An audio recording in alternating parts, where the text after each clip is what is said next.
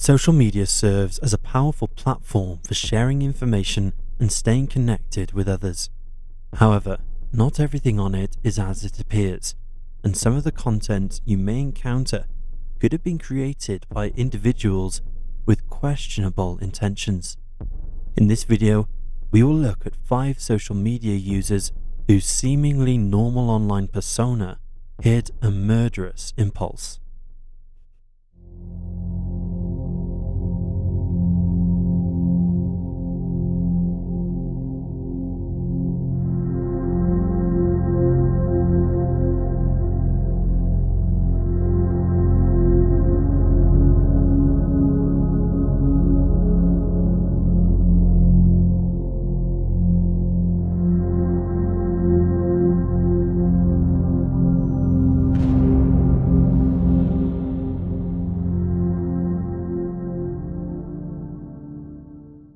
Tired of being stalked by ads like a relentless serial killer? Well, thanks to Opera GX's ad blocker, you can silence the noise, cutting through the digital darkness and blocking out every unwanted presence. This is a much more pleasurable way to browse the internet, but if you also take advantage of their Force Dark Mode feature, you can turn the web into a chilling, shadowy landscape where your eyes are safe and you control the light. But that's not all.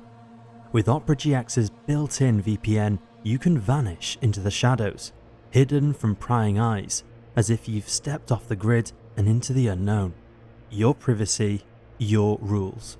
No one will ever find you. Forget bland, soulless browsing. GX.mods from Opera GX lets you unleash a truly sinister online experience with browser mods. And for those who don't want to go a second without being spooked, there are some amazing user-generated horror mods you can use, such as this one. You can use dedicated wallpapers which are animated and live, reacting to your actions in the browser. You can change the theme and colors of the browser, keyboard sounds, opening and closing tab sounds, the animation that plays when you open the browser, and so much more. The options for customization are truly unique. You can have a web browsing experience tailored perfectly to you. Opera GX has a quick, important tool that easily allows you to import all your settings from your previous browser to GX, such as browsing history, bookmarks, and cookies. But not only this, it's also compatible with every Google Chrome extension. So what are you waiting for? Use our link in the description below to give yourself a safe, fun, and unique browsing experience. And now for today's video.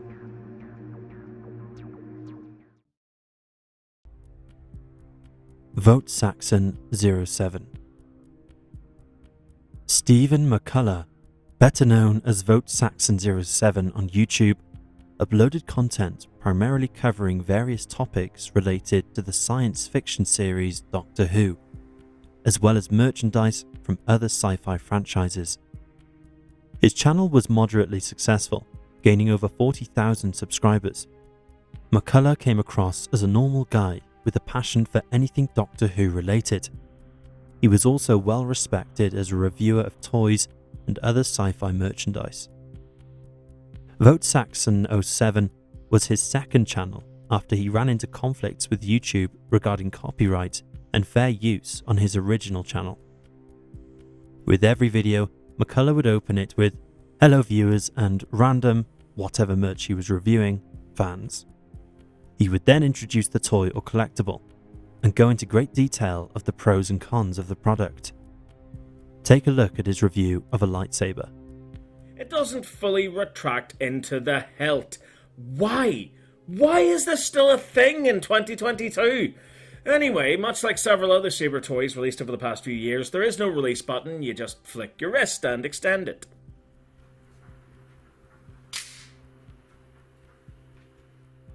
In one of his videos, he pays tribute to his dog Smokey, who passed away, and gained sympathy from his viewers in the comments. This was one of many tributes he posted about those who had passed, including his parents. In some of his videos, he was joined by his friend and fellow fan, Anthony Murney. McCullough was known for having a perfectionism towards toys, often insisting that they should closely resemble the prop on either a TV show or movie, and action figures with high detail and articulation often impressed him. To his viewers, he was just an ordinary guy, with an obsession with Doctor Who and other related topics. However, McCullough had a much darker side.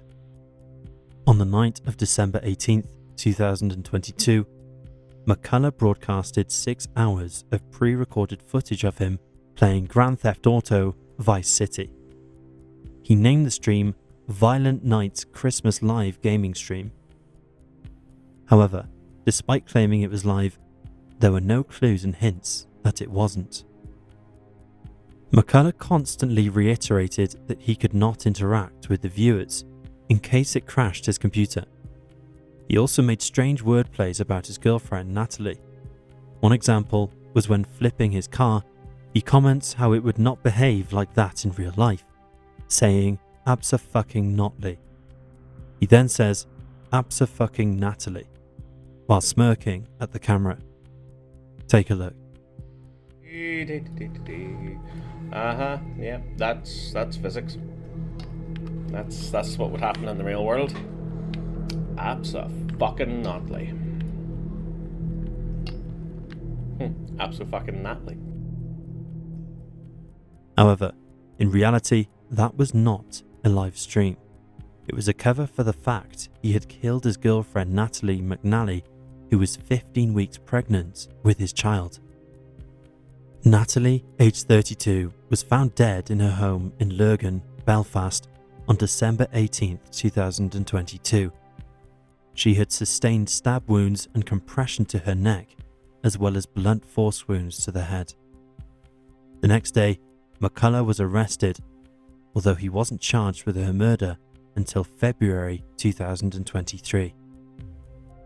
He has been remanded in custody ever since, despite his attempts to be released on bail. These requests have been denied due to the lengths McCullough went to in providing a false alibi, which included manipulating a live YouTube stream. After killing Natalie, McCullough also sent texts to Natalie's phone expressing concerns she may have slipped into diabetic coma. He even interacted with her family, playing the devastated boyfriend. Further investigations revealed McCullough's browsing history included searches such as, is an execution by gunshot? Is it more painful to be shot in the head or the heart? His murder trial is set to commence on May the 6th, 2025, by which time he would have been in jail for over 2 years. At the time of writing this, Vote Saxon 07 is still on YouTube. Jake Davison. At around 10:30 AM on Friday the 13th, 2021, the YouTube account Professor Waffle was suspended. The account that had only been created in June of that year belonged to 22-year-old Jake Davison. Initially, the content seemed innocuous enough, showing Jake working out and talking about his fitness goals. However, as well as workout videos, he also posted vlogs that became increasingly dark and self-pitying, in which he likened himself to a Terminator.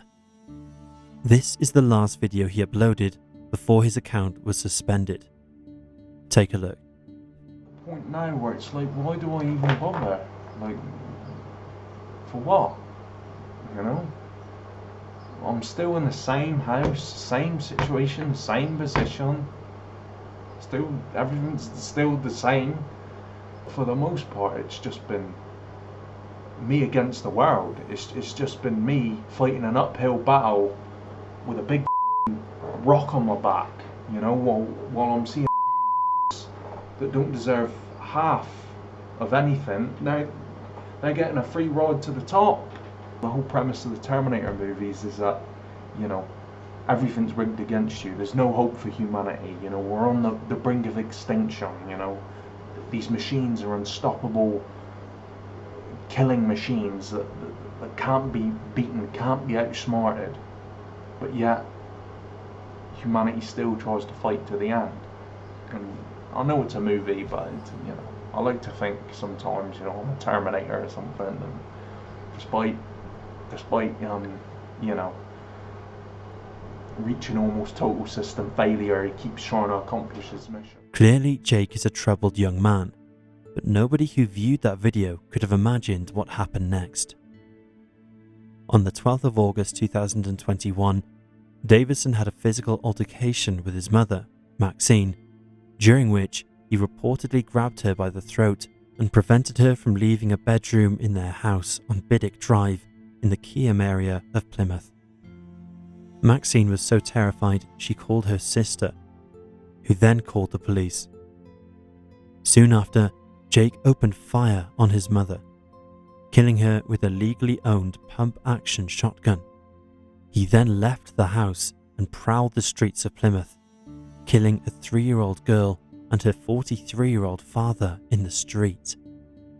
Next, he shot through the front door window of a neighbouring house, injuring a 53-year-old woman and her 33-year-old son.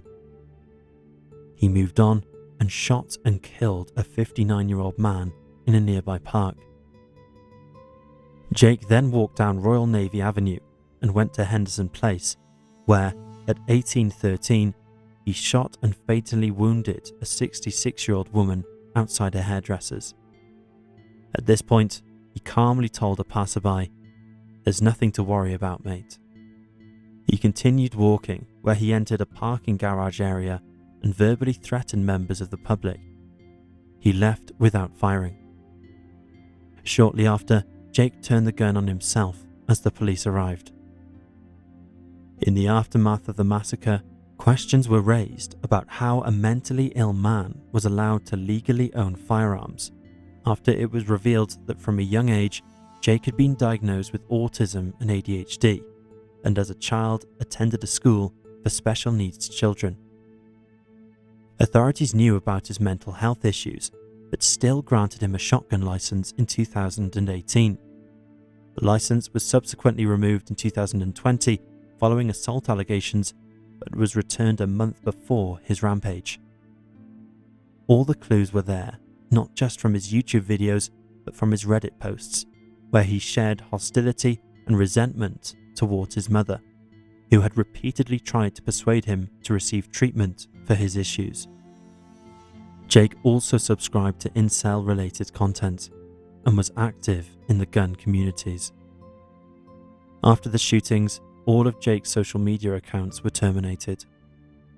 The inquest jury returned a verdict of unlawful killing of all of the victims.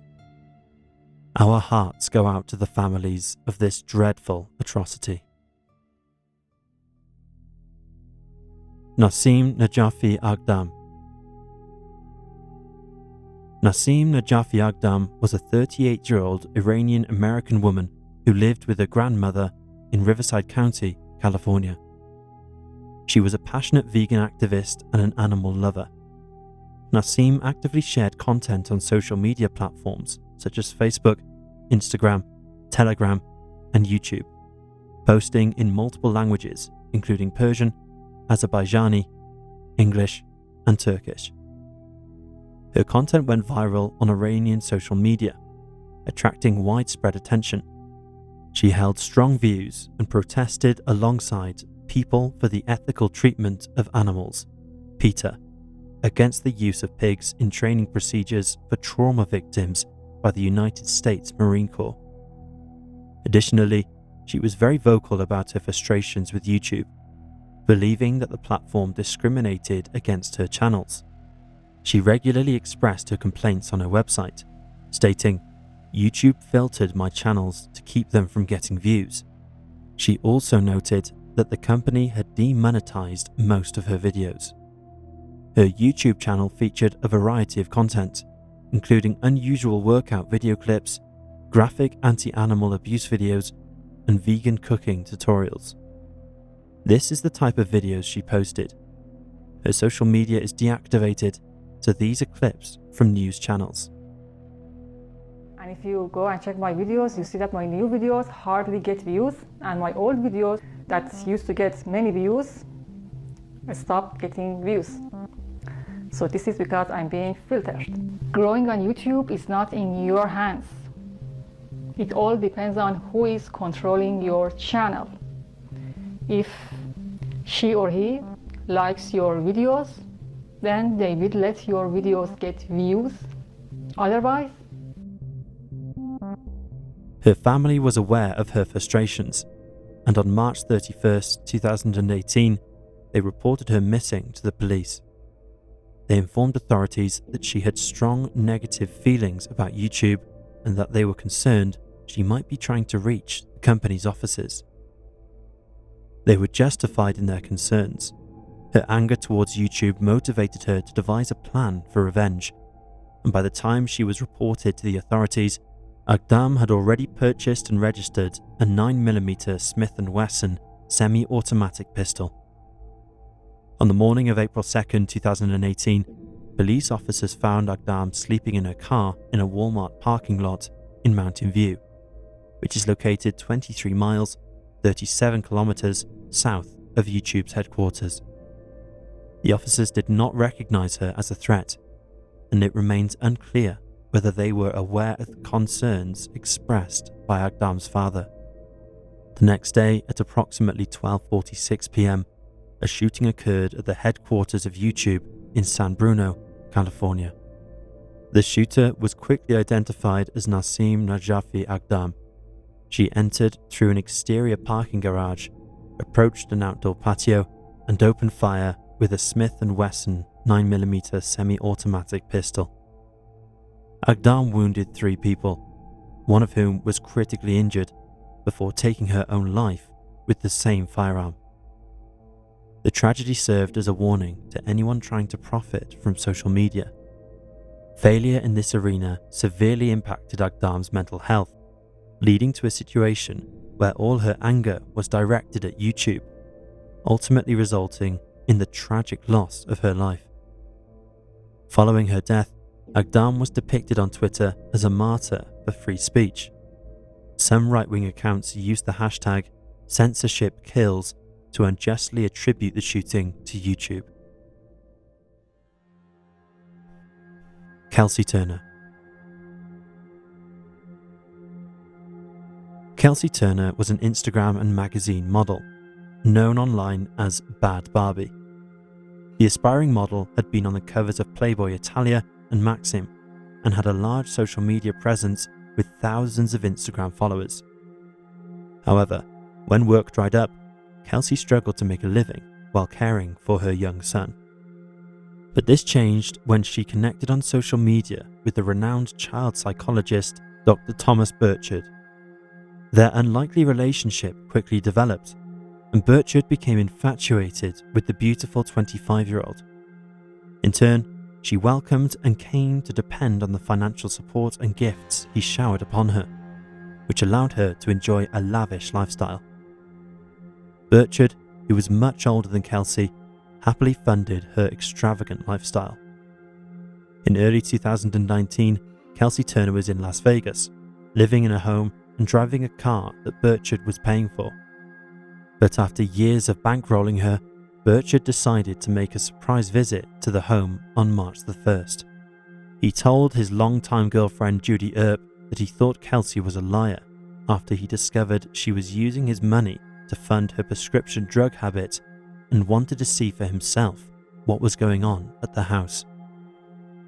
Unbeknownst to Burchard, Turner had a live-in boyfriend and 2 housemates living in the house. After he arrived, he demanded to know what was going on. The two got into a huge fight as they drove home from a bar. Turner's housemate Pena was also in the car, and she witnessed the argument. The fight continued when they returned to the house, and Turner started falsely accusing Burchard of having child pornography on his phone. Burchard retreated to one of the bedrooms, and Turner's boyfriend John Kennison followed him and started hitting him with a baseball bat, causing severe injuries. They then bundled the terrified doctor into the car and ordered Pena to go and clean up the mess in the bedroom where Burchard had been beaten. Kennison then beat Burchard to death with a firearm as Turner encouraged him. They left his body in the trunk of the car and abandoned the vehicle. When Burchard failed to return home, Judy Earp filed a missing person report. A few days later, the abandoned car was found on a desert road outside Las Vegas, and Burchard's body was found. Turner, Kennison, and Pena had fled to California after the murder, but Pena eventually convinced them to let her go back to Las Vegas, where she turned herself in to the police. In July 2022, Kennison pleaded guilty to second-degree murder and conspiracy. He was sentenced to 18 to 45 years in prison. Pena provided evidence against Turner and pleaded guilty to accessory. While awaiting trial, Turner gave birth. She later took an Alford plea, which allowed her to plead guilty to second-degree murder while still maintaining her innocence. She was sentenced to 10 to 25 years in prison. Her Instagram account is still active, although nothing has been posted since the murder. It has since been revealed that Turner killed the man who funded her life because he had come to his senses and didn't want to pay her anymore. A sad end to a man with such a distinguished career. Claire Miller. Claire Miller had a respectable following on her TikTok, where she specialized in lip-syncing videos and skits. To those who viewed her work, she was just another girl aspiring to make a living from social media, and by February 2021, 14-year-old Claire had amassed an impressive following of around 22,000 people. Most of these videos were harmless and showed Miller lip-syncing to sad pop songs or dancing around her room.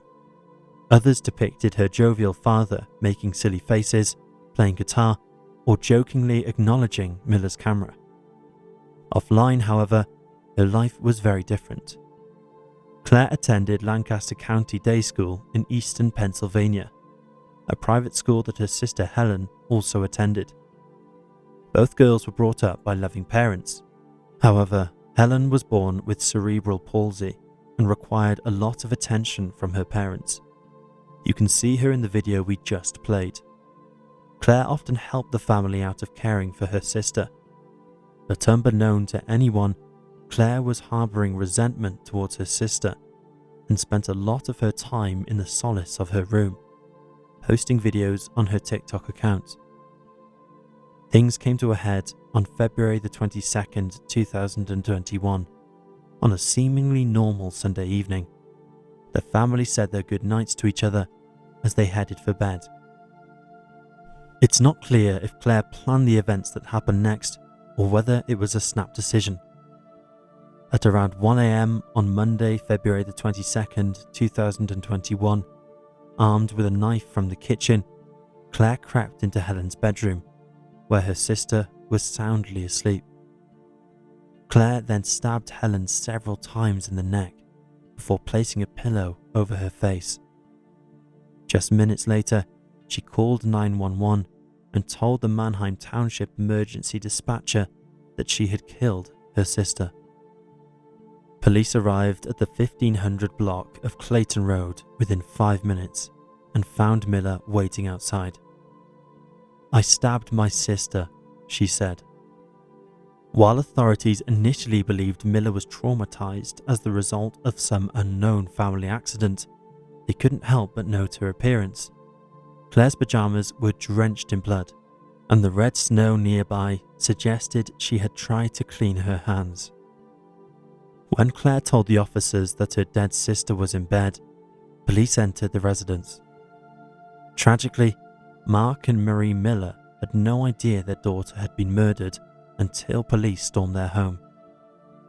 One of the officers entered Helen's bedroom and removed her pillow and saw a knife sticking out of Helen's neck just above her chest.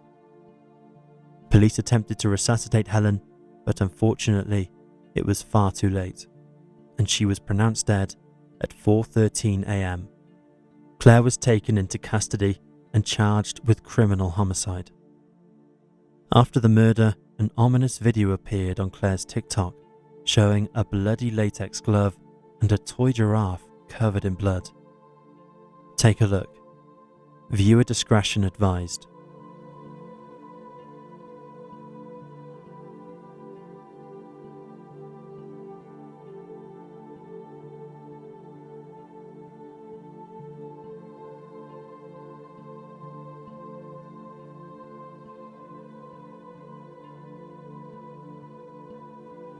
In the wake of the upload, Miller's TikTok page was taken down after her arrest boosted its following.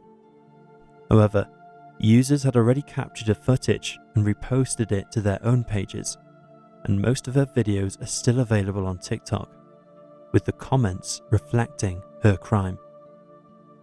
On March the 10th, 2023, a now 16-year-old Claire pled guilty to third-degree murder and will spend anywhere from 12.5 to 40 years in prison.